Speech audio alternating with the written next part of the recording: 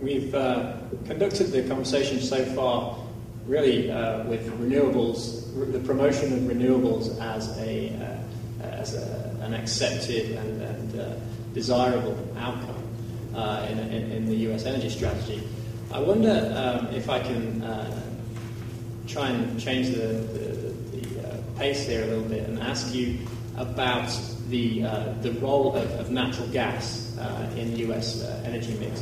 Given that US energy demand is continuing to grow, electricity demand and primary energy demand both growing at significant rates, and the prevalence of abundant and therefore cheap natural gas,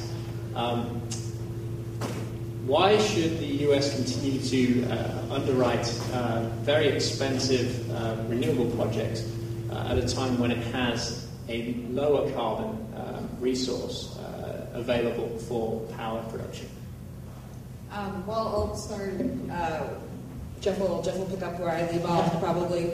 I think that the base of the premise that there's a huge cost differential between renewable resources and conventional resources is probably far more a perception than it is a reality, and I think the reason is that there are attributes to renewables that the market doesn't necessarily recognize but are huge benefits to consumers, and those are sort of the hedging benefits of renewables. Like I started in my earlier comments, this is a product that once you bring it online, the price does not change. It does not have any fuel input, so there's no volatility that you have to account for over years. When you bring on a conventional energy source, you're paying for the capital cost up front, the way you are with renewables, but then you have this unknown stream of cost in terms of your fuel input, and often that is not necessarily accounted for when that decision is made. And if the fuel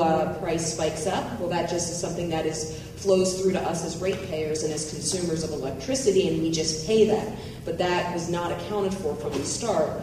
So with all of the renewables, you don't have to worry about that. It's a hedging product that you get that on your system, and you're going to stabilize rates. And it's a hedging product not only on the fuel input side, but also on the environmental risk side. That it does not carry the risks of what happens if climate change regulation comes to play? What happens when the US EPA enforces stronger pollutant regulations, and so on and so forth?